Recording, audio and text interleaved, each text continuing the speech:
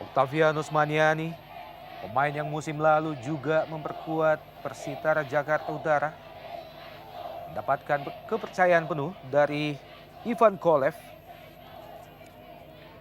Ya, Okto sekarang sudah menjadi salah satu idola di Sriwijaya karena dia juga berperan besar.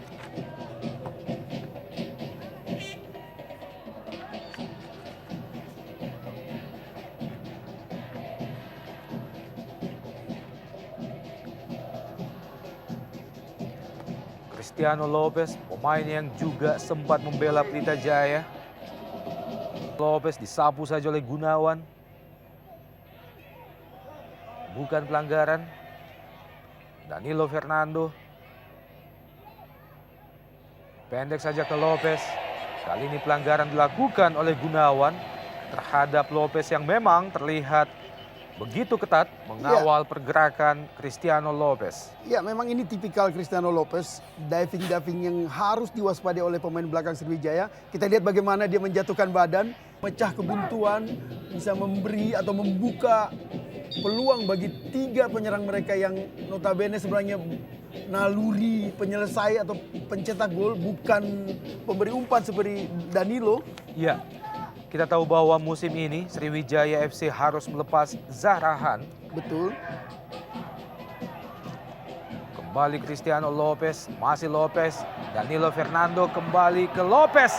Terjatuh, kita lihat Lopez. Kita nantikan keputusan wasit Najamuddin. Tampaknya Najamuddin, wasit yang memimpin jalannya pertandingan sore ini, melihat bahwa ada kesengajaan dari Lopez menjatuhkan diri di kotak penalti Sriwijaya FC. Ya, ini memang bisa jadi hal yang merugikan buat Lopez.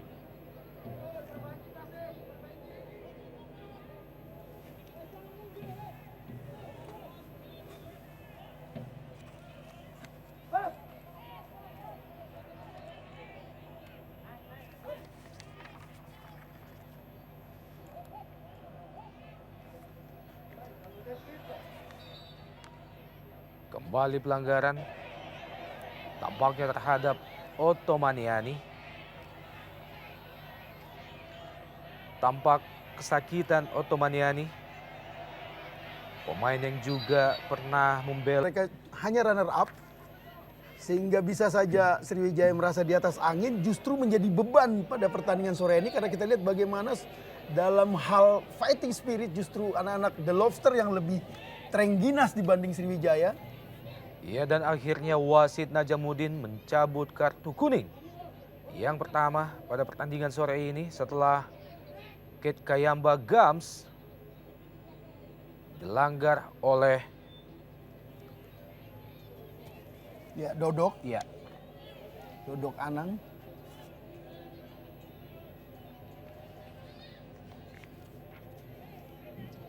Ya, sebuah kartu kuning yang pantas.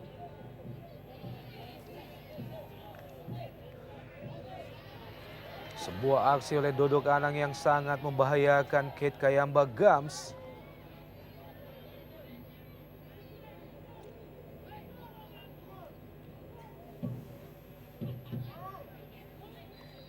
Tendangan bebas, Budi Sudarsono langsung ke tiang jauh. Budi Sudarsono masih berhasil ditip oleh penjaga gawang The Lobster, Yanuar Fernando.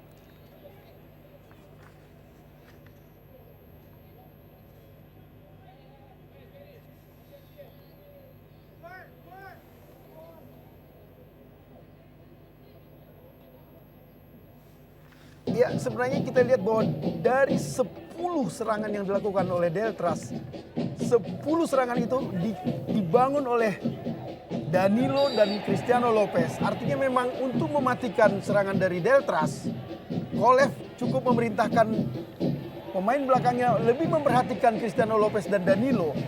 Dan untuk Cristiano Lopez, kita tahu di belakang dari Sriwijaya ada dua mantan pemain Pelita yang mengenal karakter dia, Ridwan dan Supardi. Iya, kita melihat bagaimana reaksi dari Ponario Astaman yang sedikit emosi. Ya, dia marah. Menghasilkan kartu kuning yang kedua dari saku wasit Najamuddin.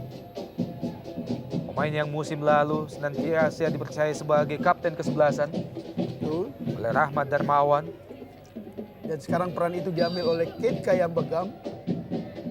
Weriaman Saragi ke tiang jauh berhasil disambut oleh Fauzal Mubarok. Pelanggaran tampaknya dilakukan Marcio Souza terhadap penjaga gawang kedua Sriwijaya FC, Fauzal Mubarok.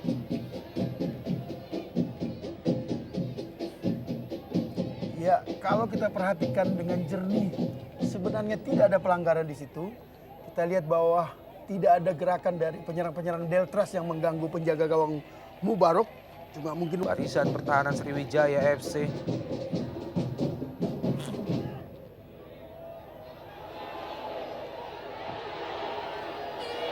pelanggaran tadi tampaknya dilakukan oleh Marcio Souza terhadap Gunawan, namun wasit kurang memperhatikan. ya, hingga menit ke-29 terlihat jelas betapa besar peran seorang bek asal Brasil di Sriwijaya yang mengantar mereka menjadi juara Inter Island dan Community Shield. Yang belum bisa main Claudiono asal Brasil karena memang masalah ITC. Ya. Kita lihat bagaimana sentralnya seorang Claudiono yang bahkan disebut-sebut mampu mengimbangi kehebatan seorang pemain belakang Pierre Janka di Arema.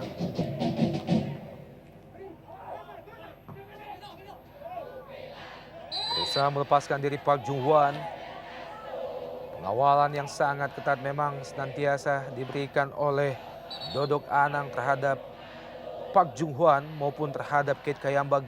Jenderal lapangan tengah mereka juga sudah tidak memperkuat lagi, Ya, yaitu Jarahan Zarahan. Persipura. Ya, Dan 5 pemain yang Opan sebutkan tadi semuanya eksodus ke Persija sekarang di Iya. bawah Rahmat Darmawan. pemain yang melakukan blunder atas gol pertama Deltras tadi, Gunawan. Ya, kita lihat bagaimana gerakan-gerakan yang tidak perlu dilakukan oleh Gunawan padahal ini posisi yang berbahaya.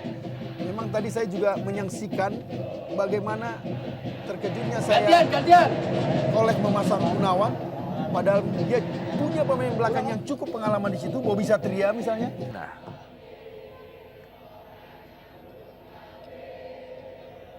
Park Jung-hwan, Budi Sudarsono.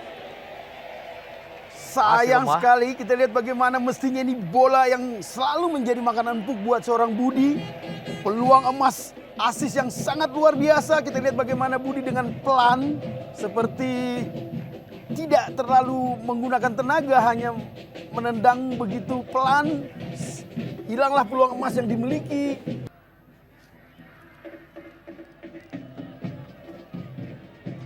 Muhammad Ridwan.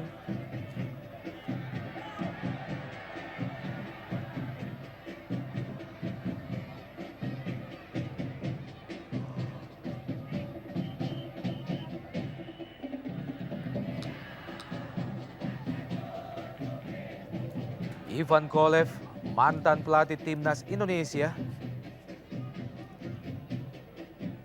Ya, kita lihat mestinya memang terjadi pelanggaran karena Bejo melakukan menabrak kaki Ridwan di sini padahal Ridwan memiliki peluang.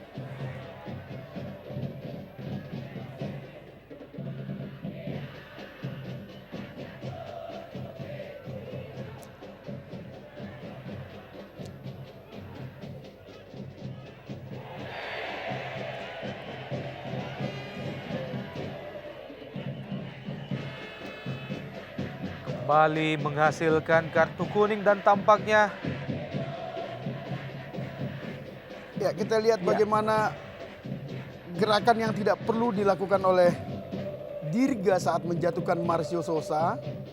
Ya, kita lihat ya mestinya ini hanya pelanggaran biasa, tapi kita lihat reaksi dari Dirga, gerakan kecewa, marah yang membuat wasit mau tidak mau harus memberi peringatan dalam bentuk kartu kuning kepada dia.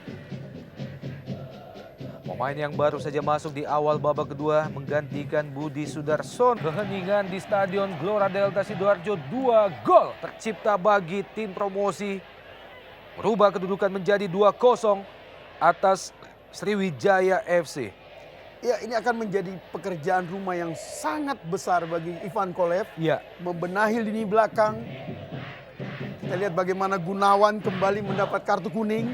Rasa frustrasi membuat dengan mudah timbulnya emosi dan ini akan sangat berbahaya karena bisa bertabur kartu kuning yang sangat merugikan Ya, kita lihat memang gerakan tangan yang dilakukan oleh Gunawan membuat Marcio Sosa jatuh dan memaksa wasit untuk mengeluarkan kartu kuning yang kelima kali ini.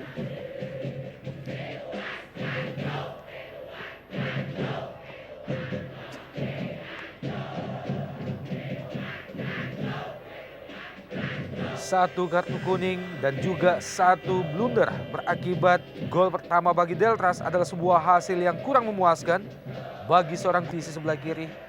Dirga Lasut, Muhammad Ridwan tadi, Firman Utina. Pelanggaran terhadap Firman Utina dikawal oleh dua pemain sekaligus. Pelanggaran tampaknya oleh Widi Susanto, pemain yang baru saja masuk menggantikan Dodok Anang. Ya, ini sebuah peluang emas, posisi yang sangat ideal hingga memperkecil kekalahan menjadi 1-2 di babak kedua ini.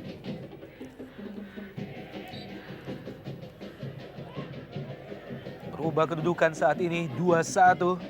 Keunggulan masih terhadap Delta Sidoarjo atas Sriwijaya FC.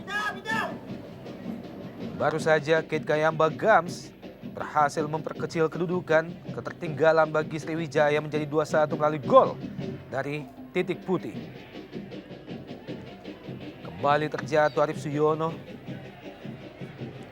Tampaknya menghasilkan tendangan pojok bagi Sriwijaya.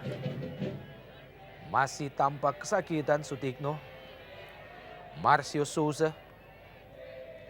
Ya, kita lihat mudah-mudahan ini tidak membuat anti klimaks di Deltras. Iya. Karena ini bisa saja menjadi second win. Titik balik dari kembalinya rasa percaya diri anak-anak Laskar. Danilo Fernando kali ini berhasil menguasai bola. Danilo Fernando.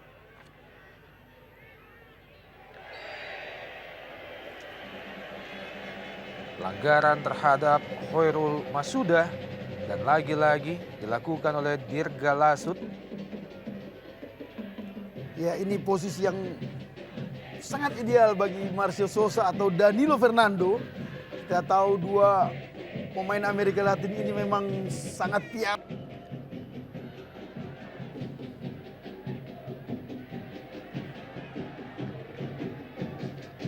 Serangan balik Delta Sidoarjo kali ini. Danilo Fernando, Marcio Souza, Ferry Aman Saragi, Sutikno yang dituju, dibayang-bayangi oleh Ponario Astaman. Ya, tampaknya sebuah gerakan yang dilandasi rasa frustrasi karena sudah tertinggal 1-0. Kita lihat bagaimana gerakan yang nyaris tidak layak dilakukan oleh seorang pemain nasional seperti Ponario. Kita lihat gerakan kaki yang ya tidak berhenti untuk menghindari benturan dengan Tikno. Sayang memang.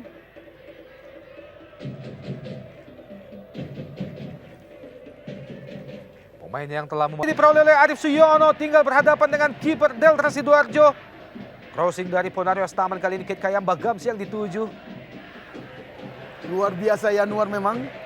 Dia layak menjadi salah satu kandidat Ya, MVP, Most Valuable Player pada pertandingan sore ini. Karena tercatat 5 kali mampu menggagalkan peluang emas dari menit pertama yang Ya. dimiliki oleh penyerang-penyerang Sriwijaya.